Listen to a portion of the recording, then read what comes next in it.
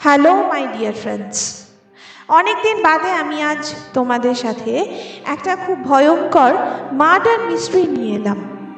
2023 সালের এটা one of the biggest murder mystery, যেটা সারা দেশকে ভাবতে বাধ্য করেছিল যে পরিবারের এমন কোনো সদস্য বা সদস্যা তোমার বাড়িতে নেই তো, যার মধ্যে হঠাৎ করেই তুমি কোনো চেঞ্জ লক্ষ্য করতে পারছো, অথবা তোমার পরিবারে কি পরপর একাধিক মৃত্যু ঘটে চলেছে, যেগুলো বাইরের থেকে দেখতে একদম ন্যাচারাল ডেথ, কিন্তু এর আড়ালে কোনো গভীর রহস্য থাকতে পারে। কেরালার কোরাথাই বলে একটি জায়গার একটি পরিবার, পোন্নামাটাম পরিবার, ভীষণ সম্ভ্রান্ত, শিক্ষিত ও ধনী একটি পরিবার। এই পরিবারের সবচেয়ে বড় ছিলেন টম থমাস, যিনি ছিলেন এডুকেশন ডিপার্টমেন্টে, আর তার স্ত্রী ছিলেন আনাম্মা থমাস, যিনি ছিলেন একজন টিচার। বুঝতেই পারছো যে পড়াশোনা বা শিক্ষাটা এই পরিবারে কতটা ইম্পর্ট্যান্ট। আনাম্মা ও টম থমাসের ছিল 2 ছেলে ও 1 মেয়ে, রোজো ও রেঞ্জি থমাস এবং রয় থমাস। এবার চলো যাই কেরালার কাটাপানা অঞ্চলের আরেকটি খুব মধ্যবিত্ত কৃষক পরিবারে। এই পরিবারের সবচেয়ে বড় সদস্য কে জোসেফ। কে জোসেফের 5ম সন্তানের নাম জলি জোসেফ। ছোটবেলা থেকেই জলির এই মধ্যবিত্ত জীবন একদমই পছন্দ ছিল না।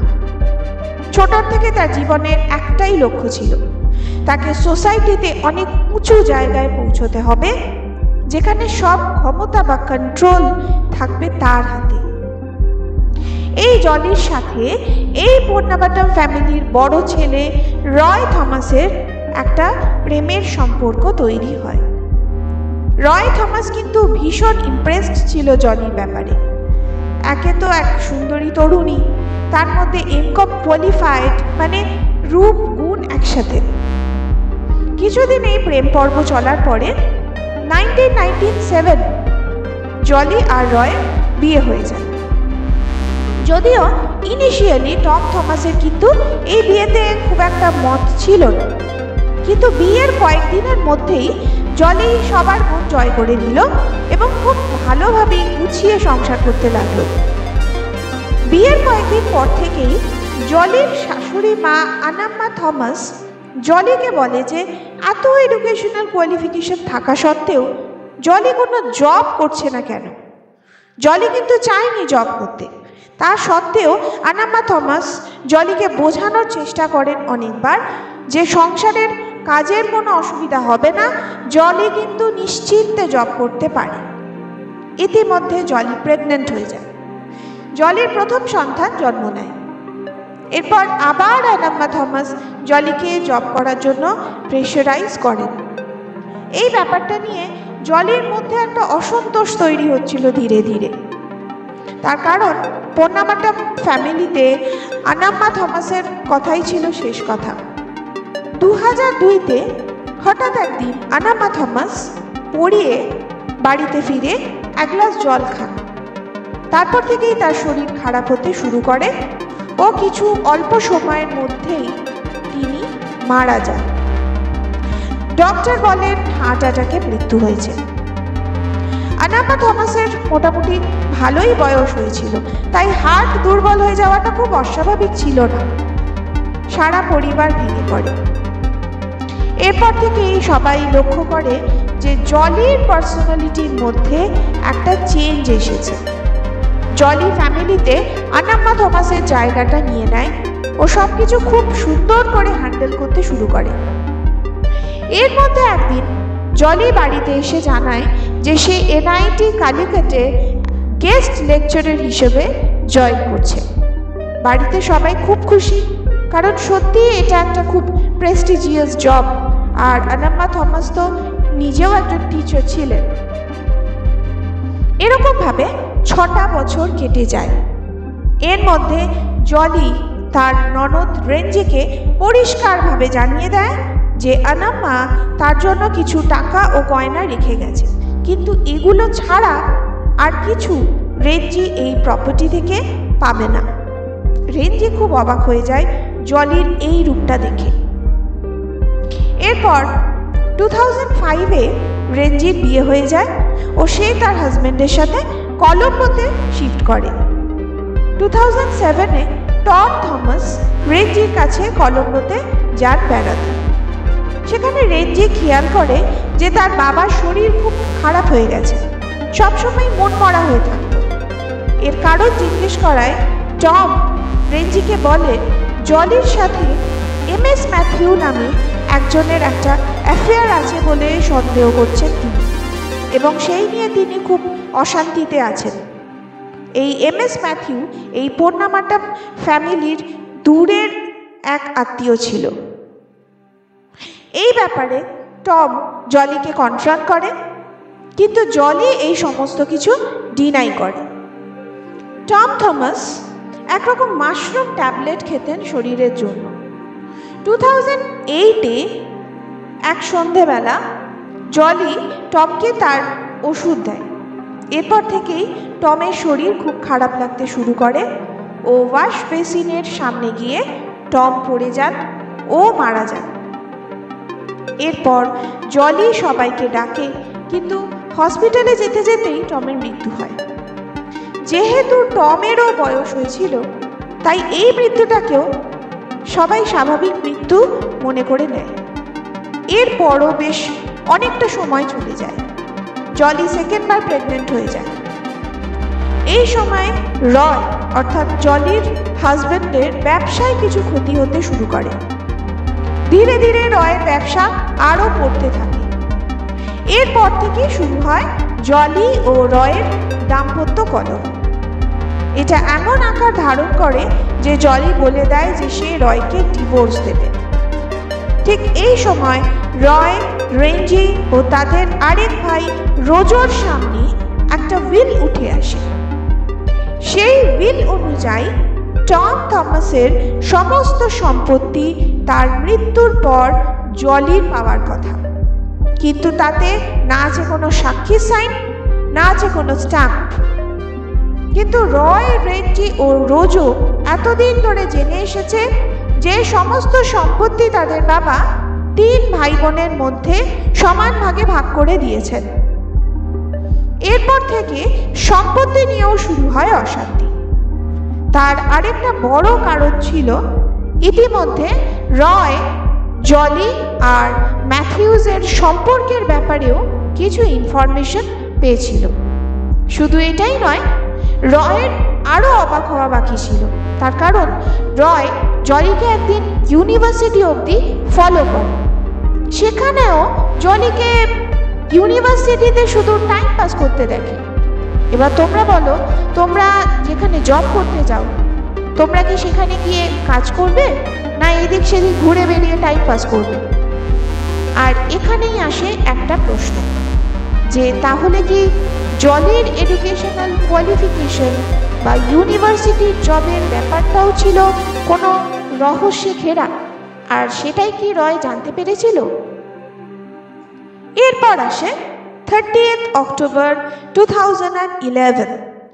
সেদিন রাতে জলি তার 2 ছেলেকে একটু তাড়াতাড়ি শুইয়ে দেয় আর রয়ের জন্য কারি আর রাইস রান্না করে।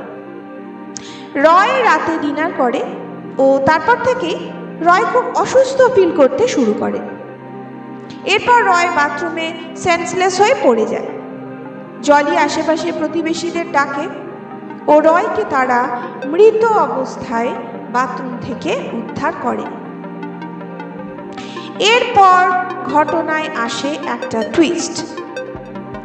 রয়, রেঞ্জি আর রোজোর এক মামা ছিল, যার নাম ছিল ম্যাথিউ। না, এই ম্যাথিউ কিন্তু জলির বয়ফ্রেন্ড MS ম্যাথিউ নয়। এই ম্যাথিউ আঙ্কেল কিন্তু এই পোন্নামাটাম ফ্যামিলির সাথে খুব ভালোভাবেই জড়িত ছিলেন ও পরিবারের সবাইকে খুব স্নেহ করতেন। এই ম্যাথিউ আঙ্কেল খেয়াল করেন যে একই পরিবারের এক একজন করে মারা যাচ্ছে, আর একইভাবে।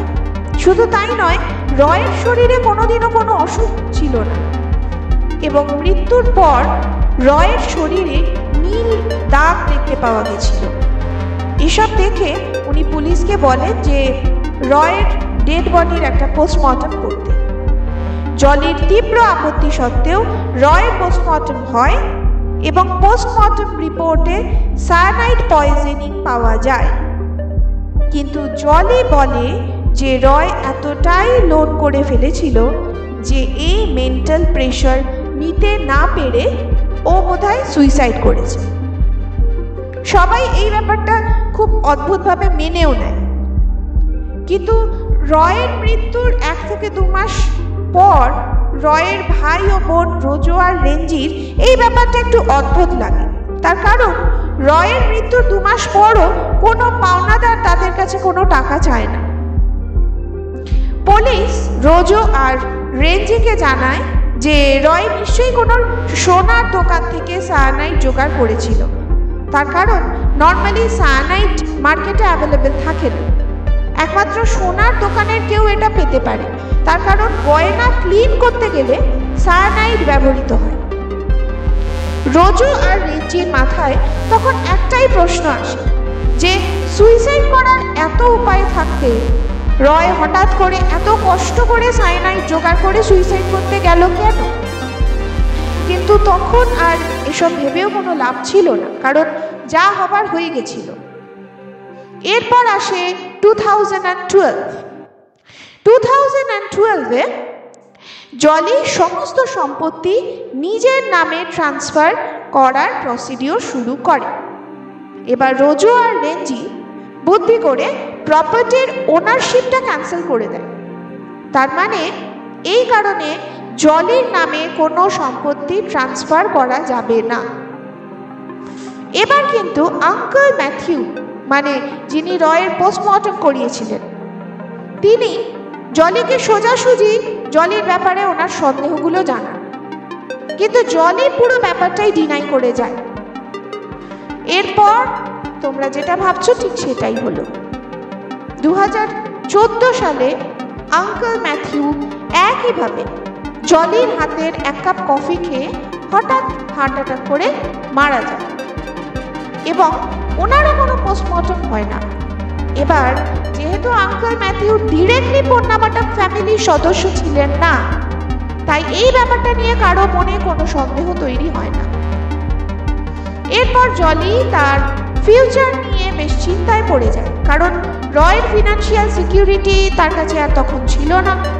রোজো আর রেঞ্জির জন্য প্রপার্টির ট্রান্সফারও নিজের নামে সে করতে পারে। তাই এবার জলি তার নেক্সট লাইফ পার্টনার খুঁজতে শুরু করে। টম থমাসের এক ভাইয়ের ছেলে সাজুকে জলি ঠিক করে বিয়ে করবে বলে। সাজু একজন টিচার ছিল ও অর্থনৈতিকভাবে খুব স্টেবল ছিল। শুধু অসুবিধা ছিল একটাই, সাজু ছিল বিবাহিত। তার স্ত্রীর নাম ছিল সিলি আর তার 2 সন্তান ছিল, যাদের নাম ছিল অ্যাবেল ও অ্যালফাইন। অ্যালফাইন ছিল মাত্র 2 বছরের। একবার অ্যাবেলের হোলি কমিউন বলে একটি অনুষ্ঠান অনুষ্ঠিত হচ্ছিল। ওইখানে জলি অ্যালফাইনকে খাবার খাওয়াবার সময় হঠাৎ করে অ্যালফাইন খুব ছটপট করতে থাকে। তাকে হসপিটালে নিয়ে যাওয়া হয়, কিন্তু দুঃখের বিষয় এই ছোট্ট বাচ্চাটি চির ঘুমের দেশে চলে যায়। অ্যালফাইনের চলে যাবার পর জলি সাজুর ওয়াইফ সিলির সাথে খুব ঘনিষ্ঠ একটা সম্পর্ক তৈরি করে। সিলি অ্যালফাইনের চলে যাবার পর থেকে গভীর ডিপ্রেশনে চলে যায়, সেটাই স্বাভাবিক। তখন জলি তাকে মনের জোর দেবার চেষ্টা করে আর বলে যে তার শ্বশুরমশাই একটা মাশরুম ক্যাপসুল খেতেন, যেটা ফিজিক্যাল আর মেন্টাল হেলথের জন্য ভীষণ উপকারী। এটা সিলি যদি খায় তাহলে সিলিও কিন্তু আস্তে আস্তে এই ডিপ্রেশন থেকে বেরিয়ে আসতে পারবে। জলি তখন সিলির এতটাই কাছের বন্ধু হয়ে উঠেছিল যে সিলি তাকে বিশ্বাস করেছিল এবং তাতে রাজি হয়ে গেছিল। এরপর একদিন জলি সাজুর উপস্থিতিতে সিলিকে মাশরুম ক্যাপসুলটি দেয়, যেটা খাওয়ার পরে সিলি অসুস্থ হয়ে পড়ে ও মারা যায়। এবার তোমরা নিশ্চয়ই ভাবছো যে এইবার অ্যাটলিস্ট সিলির পোস্টমর্টেমটা হবে এবং কালপ্রিট ধরা পড়বে, কিন্তু না। সাজু পরিষ্কারভাবে জানিয়ে দেয় যে সিলির কোনো পোস্টমর্টম করা যাবে না, তার কারণ তার পরিবারে আগে কখনো এসব হয়নি। পরবর্তীকালে জানা গেছিল যে সিলিকে মারার পেছনে সাজুরও একটা হাত ছিল, কারণ সেও অনেক আগের থেকেই জলির প্রেমে পাগল ছিল। এরপর সবাইকে অবাক করে 2017-এ জলি আর সাজু বিয়ে করে ফেলে। এই পুরো ব্যাপারটাই রয়ের বোন রেঞ্জির খুব অদ্ভুত লাগে। ইতিমধ্যেই রেঞ্জি বুঝতে পেরেছিল যে জলির এই সম্পত্তি ও টাকা পয়সার ওপর লোভের ব্যাপারে, তাই এবার রেঞ্জি তার দাদা রয়ের পোস্টমর্টম রিপোর্টটা বার করে আর দেখতে শুরু করে।